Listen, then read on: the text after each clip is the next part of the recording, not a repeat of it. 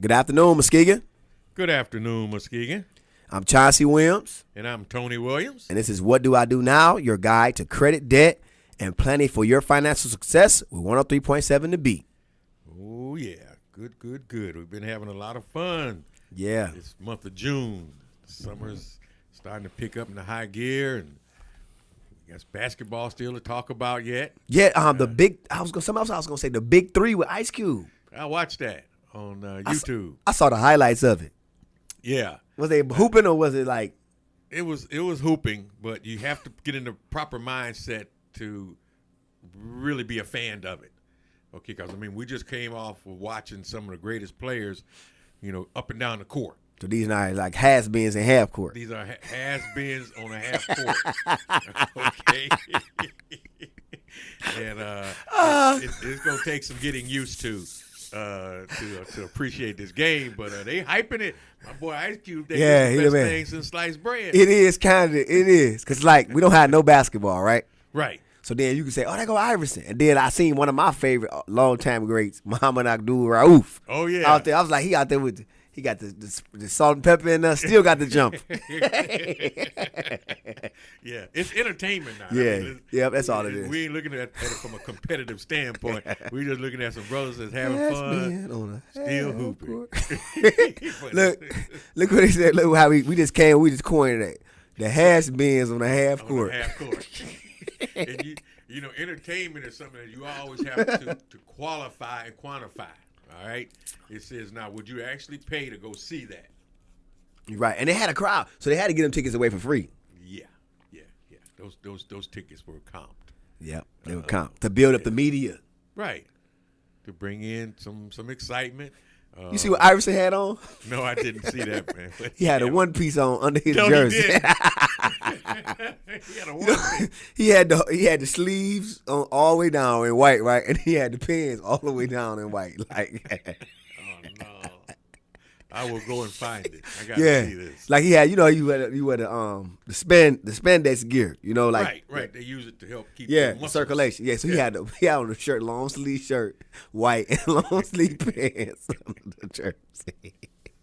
Like some clothes somebody gave him. Yeah, but it just looked funny. He older now, so he looked like man, get off the court, man. Come on, really? But he one of the all time great. So, but it's entertainment, like you said, and it's fun. Yep, it's fun, and it's something. What happens.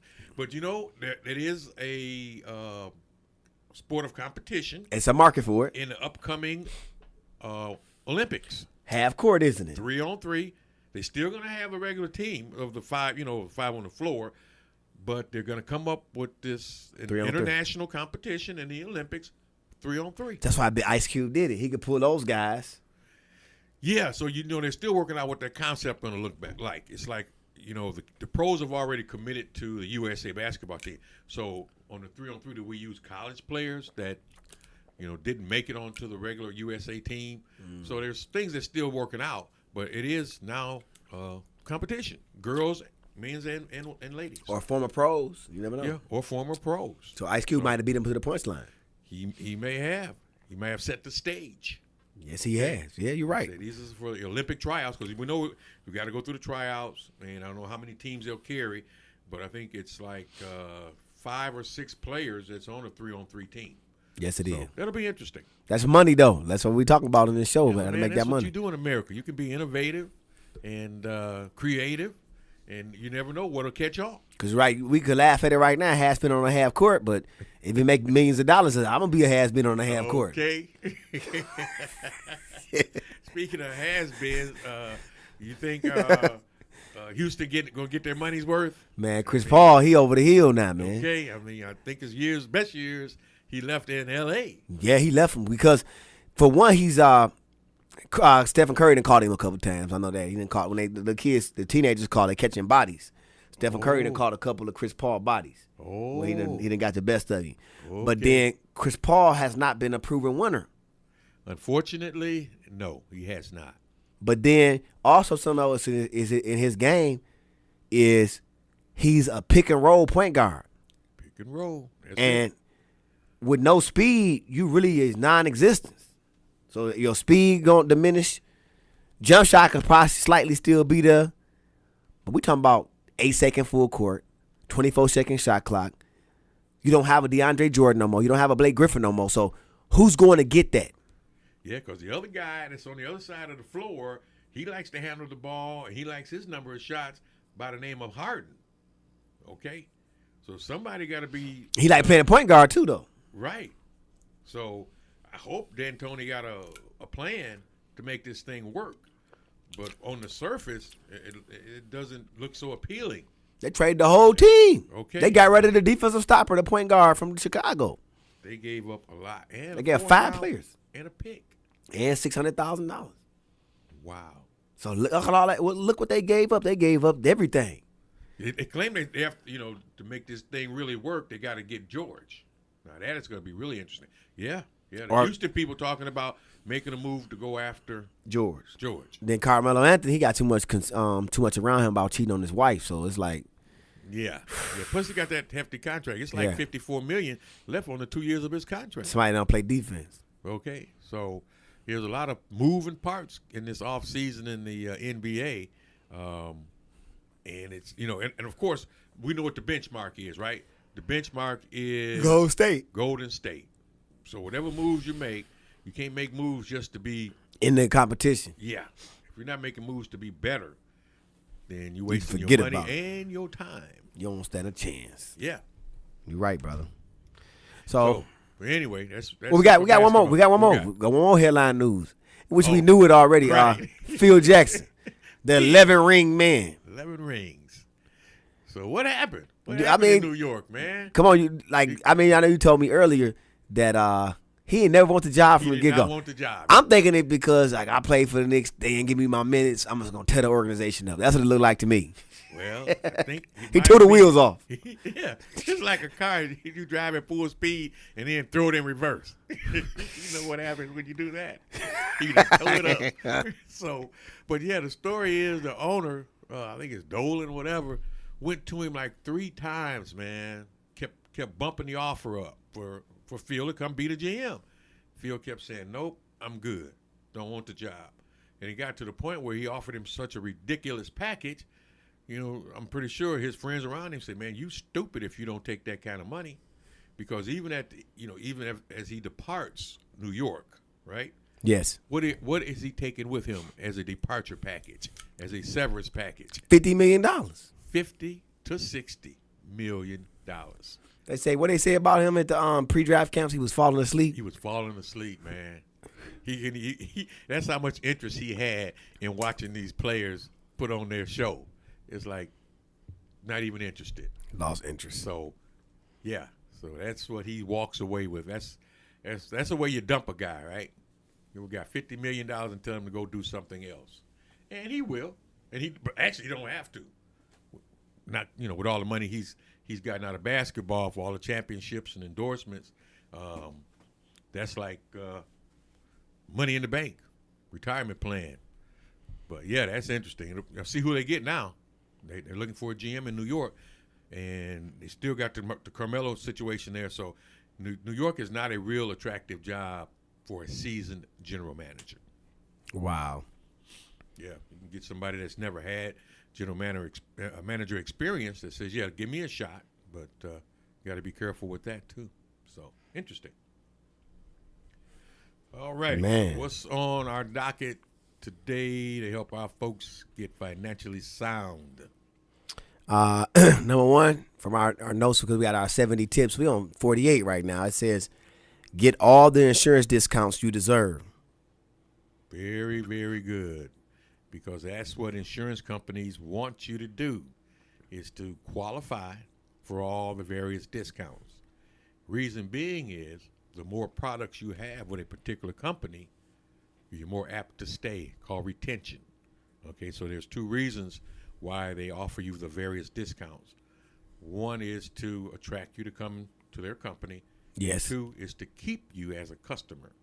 Okay, and that whole dynamic has really changed in all major insurance companies.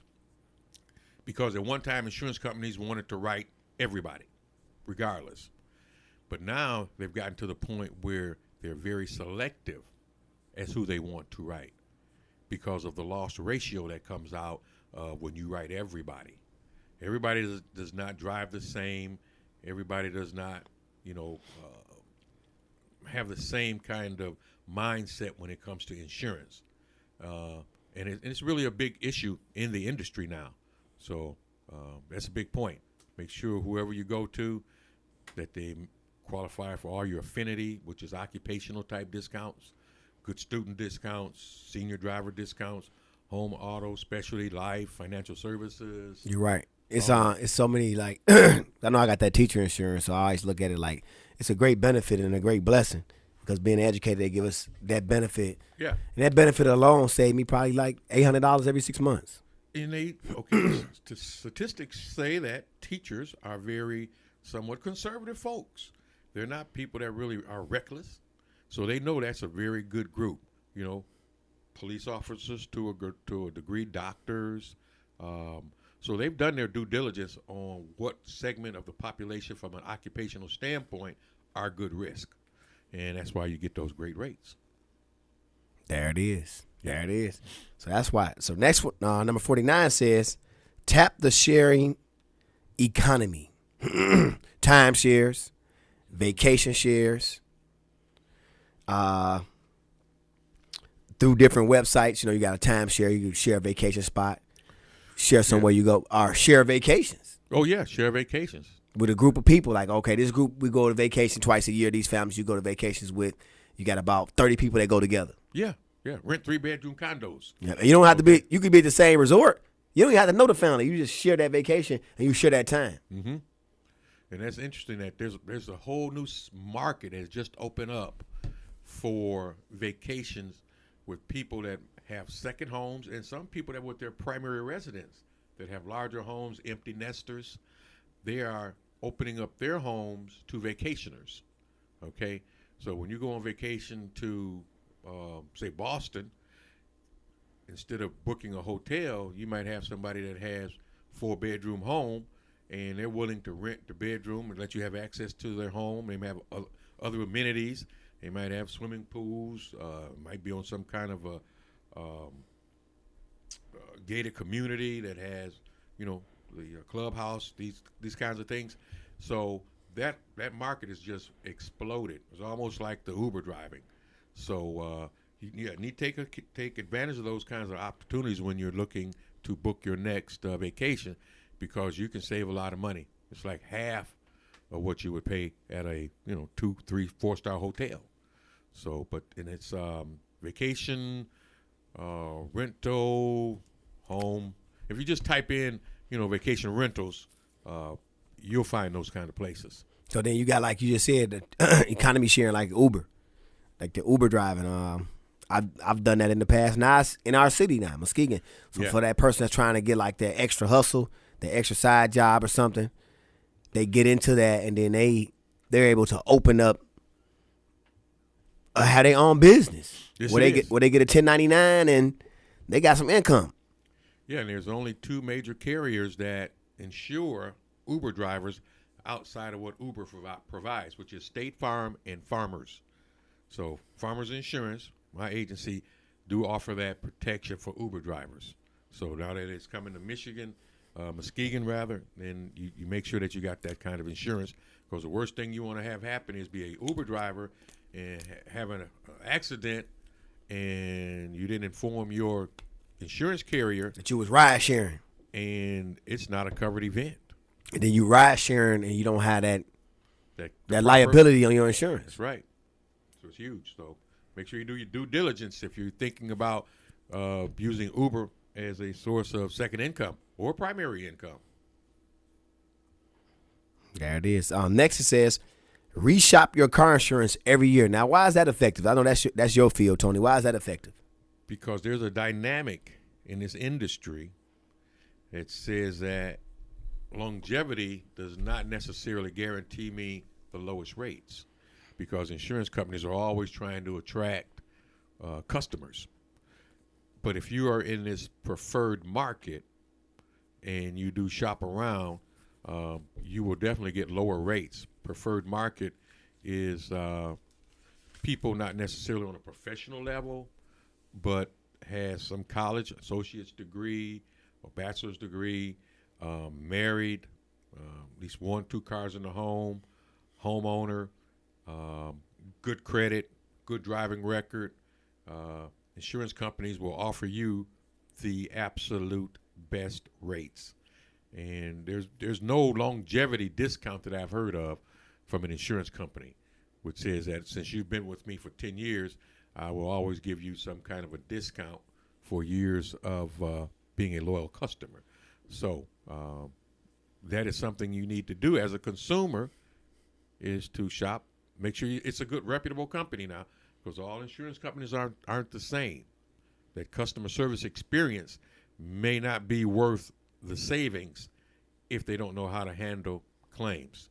So just make sure you do your due diligence when it comes to shopping for insurance carriers. But you're absolutely right. You definitely need to compare. Okay. Next one is never pay retail. Now, when you think about retail, I think about the new car. So the new car, when you drive it off the lot, it depreciates Immediately. Then you talking about in 1 or 2 years, it's like half the value. Yeah, definitely 2 years.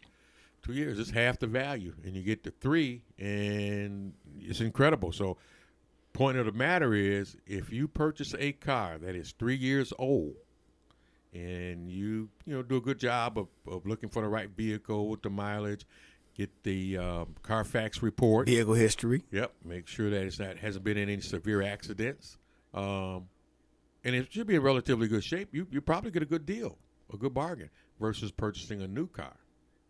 So you're absolutely right. Look for that 3-year-old car. A lot of times, cars are leased on a 3-year basis, right? Yes. And there's a mileage restriction on it. So for the most part, you're going to get a car that has relatively low miles, that's in relatively good shape. All the maintenance been taken care of, because a lot of times when people lease certain cars, they pay for all the maintenance. Yes. And then if you stay within no mileage restrictions, it's still under factory warranty. You're right. Most of them have 6 years, 60,000 on our warranty. Yeah, some have 10-year, 100,000-mile warranty. See you in a Kia. Buy one, take one. Buy one get one free. Right. Yeah, they had a buy one get one over in Grand Rapids. Man, Detroit had it big.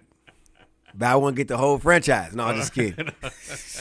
They're just kidding. They're nice cars though. They are. Kias are nice cars. One point before we go on the automobile industry, they've come off of a couple of record year of sales, but the projections now that they have, like for Ford, upcoming season, the GM, Ford, Chrysler, all of them have pretty stellar years.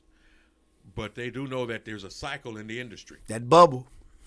And they've already forecasted for lower sales in 2018, possibly 19, because of the cycle. So what that means? They'll make a cheaper looking car? Well, they're going to, if they don't cut back on production, they're going to have an oversupply of automobiles. Oversupply of automobiles means that we have to discount them. We got to get them off our lots. So make them cheaper. Make them cheaper then, too. They could possibly make them cheaper, but they're carrying that inventory, so that costs them money. They want to put people in cars. So the point is that you can probably, this year, 2017, for those that want to go out and buy new cars, you're going to probably get some really good deals from the car makers at the end of because in August, the 18s come out in August. It's only 2 months away. So they're gearing up for the 2018 market, and there's probably a good inventory of 2017. So those cars you'll get a good price on. Yeah, I've been getting called like crazy about my truck. Like, goodness gracious. Keep your truck, man. And the car. It's like, hey, you want to get rid of it? You want to get rid of it? We'll give you $5,000 more for it. I'm sure you will. Yeah, I'm all right. Turn around and sell it for $8,000. Yeah, they would. Okay, because it's worth $8,000. Easy. Okay, and then plus they got you in another car. That's right. Okay, so they did pretty good. Yeah, but that's their job. To double their profits. Yeah, and there's a certain segment of the market that will go for it. All right, so next one.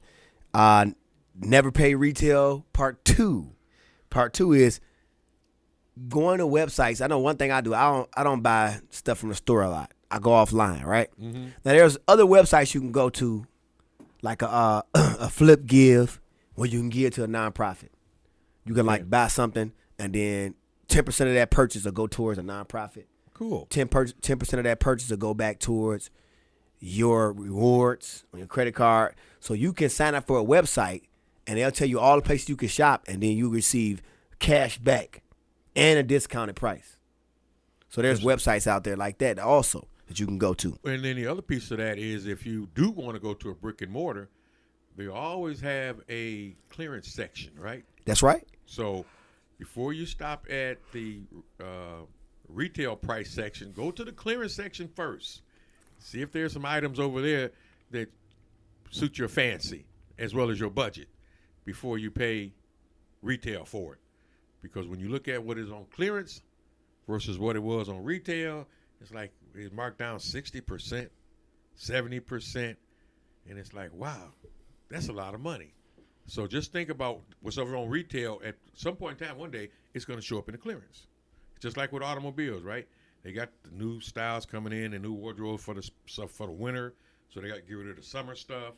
So, just be wise when you go shopping. Look for that clearance stuff. It's new. It's still new. Just marked down. You're right. So it's just looking at it in a different way and just saying, I know I do that when I go online. I look at the clearance section. Like if I go to Nike.com and I need some gear or something, I'll always go to the clearance. Right. And then what I'll do is I'll go to sweaters, thermal wear, stuff that's out of season. Yeah, but we know if we live in Michigan, we're going to still need it. It might be 3 months, 4 months from now, but we're going to need it. Yep. So I'll buy it and I'll put it in storage and then I'll save it. And then people are like, wow, that's brand new. Like, yeah, I bought it in the summertime. Right. That's how you do it, man. And it costs a third of the price. Even though it's the last year model, when I break it out, I'm taking tags off of it. And if it costs $70, I pay $25. Okay. So that's how I think not paying retail is like. You got to be able to think about, this is my dollar right here. I don't care if I got something that's come out this year or it's brand new that I bought it yesterday. And that's the concept with outlet markets, right? Yes. So when you go to the outlets, most of that stuff is they take it as a hub. So the stores that are in Lansing or Detroit, Chicago, whatever, they send all that stuff to these stores, okay? And they become an outlet market, which is, marked down pretty good. So that's the purpose of the outlet stores, is to take all these seasonal products, get rid of them so they can make room for the upcoming. You're right. It's marked down, 50% off, 70% off. People buy it. I do that with the Cole Haan shoes. I pay like they regular price like $200. I pay $40 for them because I buy them from outlet. Yeah, and like you were saying earlier, most even the websites have a clearance tab. You just click on the tab, regardless of where you go, and you'll get the same concept of shopping for the clearance items. That's right. That's good stuff, folks. Next, keep investing costs low. So it says all else being equal, less you pay, the more you keep for yourself. Start by opening an account with the online broker, or you'll be able to buy and sell stocks for roughly $7 per trade if you go to certain websites. Scottrade, E-Trade, most of those places do.